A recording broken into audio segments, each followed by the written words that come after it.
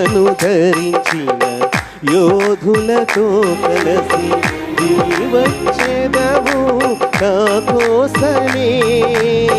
వేల్పులలోన బహుగనుడవు నీవు, విజయ విహారుల ఆరాధ్యుడవు.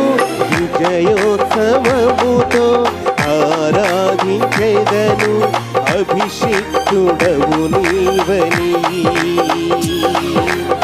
ఏనాడు పొందని ఆత్మాభిషేకముతో నింపుము నా యేసయ్యా. జీవప్రదాతవు నన్ను రూపించిన శిల్పివి నీవే ప్రభు. జీవనయాత్రలో అండగా నిలిచే తండ్రివి